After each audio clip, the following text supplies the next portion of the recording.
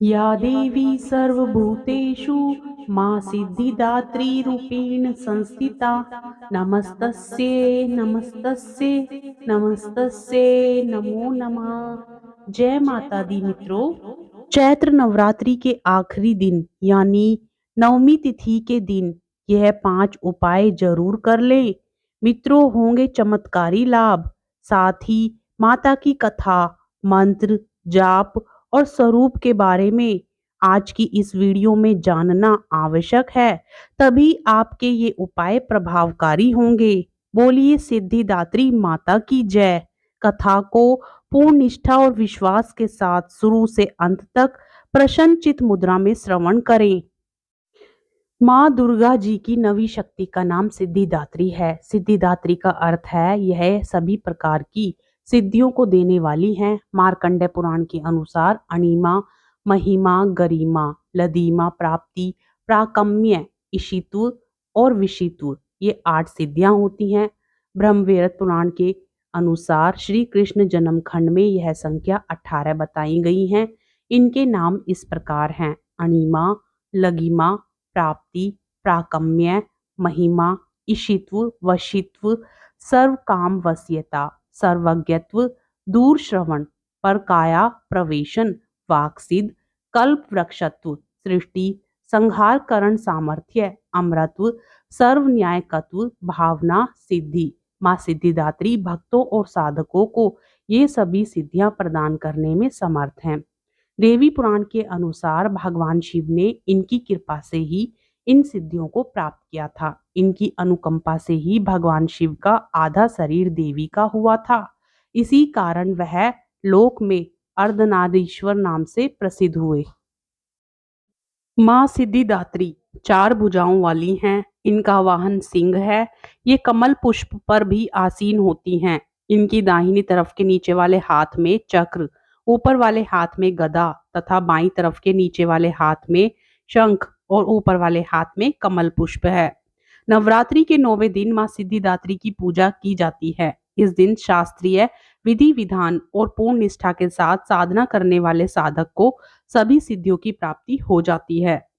सिद्धियां वे शक्तियां हैं जो मनुष्य को भौतिक और आध्यात्मिक दोनों तरह से लाभ पहुंचाती हैं। इन सिद्धियों से साधक ब्रह्मांड पर भी विजय प्राप्त कर सकता है। हर मनुष्य को माँ सिद्धिदात्री की कृपा प्राप्त करने का प्रयास करना चाहिए। जिन उनकी कृपा से हम मोक्ष प्राप्त कर सकते हैं। मोक्ष वह अवस्था है जिसमें मनुष्य जन्म मरण के चक्र से मुक्त हो जाता है। माँ सिद्धिदात्री की कृपा से हम इस संसार की असारता को समझ सकते हैं और वास्तविक शांति प्राप्त कर सकते हैं। पौराणिक कथाओं के अनुसार जब ब्रह्मांड पूरी तरह से अंधेरे से भरा हुआ एक विशाल शून्य था, दुनिया में कहीं भी किसी प्रकार का कोई संकेत नहीं था, तब उस अंधकार से भरे हुए ब्रह्मांड में ऊर्जा का एक छोटा सा पुंज प्रकट हुआ। देखते ही देखते उस पुंज का प्रकाश चारों ओर फैलने लगा।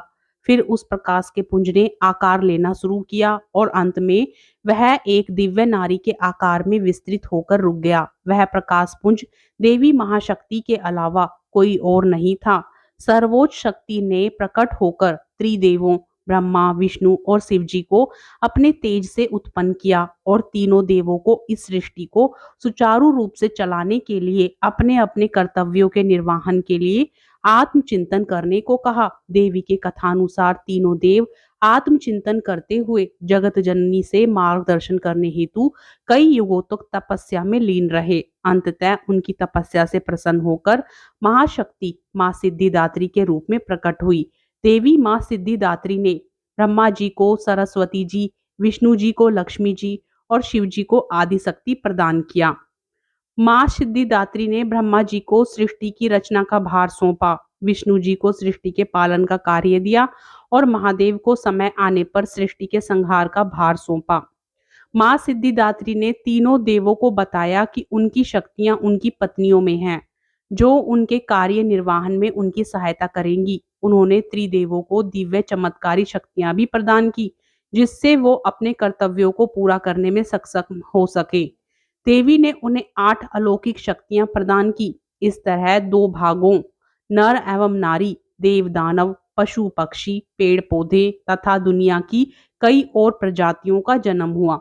आकाश असंख्य तारों, आकाश गंगाओं और नक्षत्रों से जगमगा उठा। पृथ्वी पर महासागरों, नदियों, पर्वतों, वनस्पतियों और जीवों की उत्पत्ति हुई। इस प्रकार मां सिद्धिदात्री की कृपा से सृष्टि की रचना, पालन और संहार का कार्य संचालित हुआ।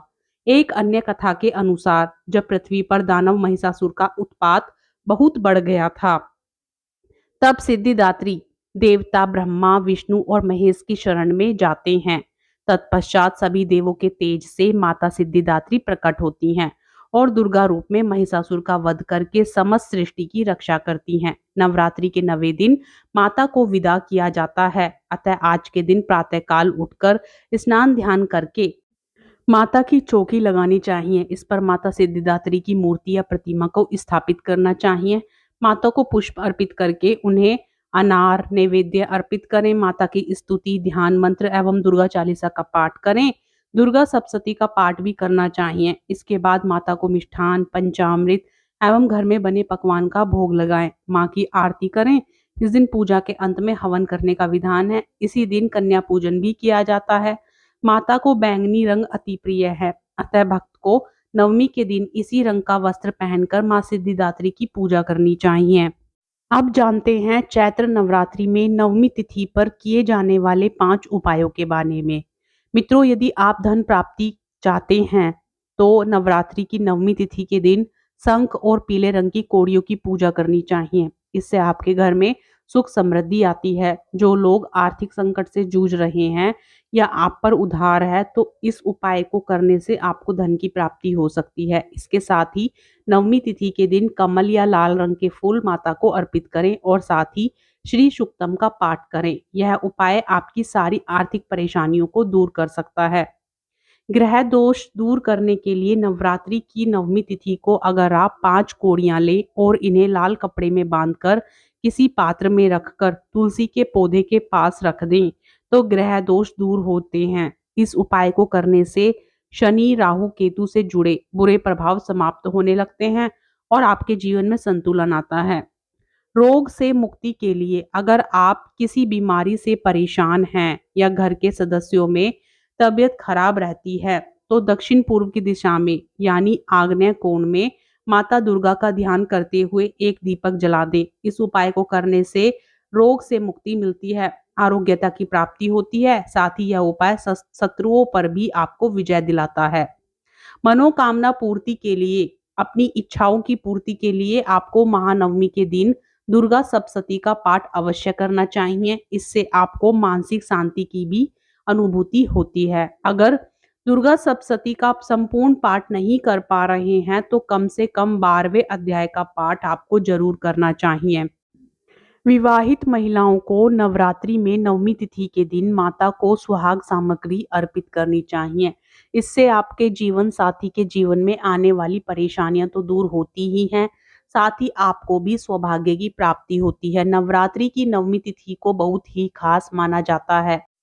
इस दिन हमने आपको जो उपाय बताए हैं उन उपायों से आप लाभ प्राप्त कर सकते हैं। इसके साथ ही अगर आप कुछ नया शुरू करना चाहते हैं तो इस दिन से आपको करना चाहिए। इस दिन से नए कार्य की शुरुआत अगर आप करते हैं तो आपको उसमें उत्तम सफलता प्राप्त होती है। जय माता दी। आपको हमारे द्वारा बताई गई ये जानकारी पसंद आए तो प्लीज़ वीडियो को लाइक जरूर करें और इस प्रकार की और महत्वपूर्ण जानकारियां समय पर प्राप्त करने के लिए चैनल को जरूर सब्सक्राइब कर लें। जय माता दी।